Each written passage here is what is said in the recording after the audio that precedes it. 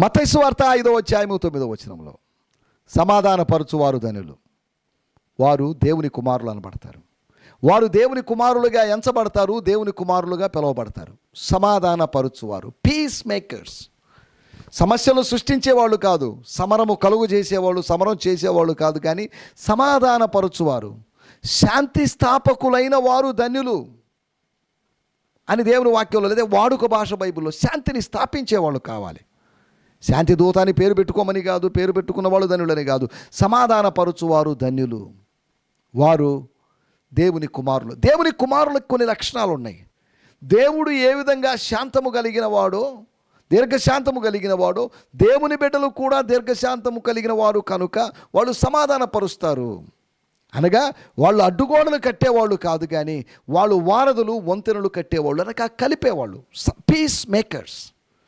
పీసులు చేసేవాళ్ళని కాదు దాని అర్థం. వాళ్ళు శాంతిని స్థాపించేవారు.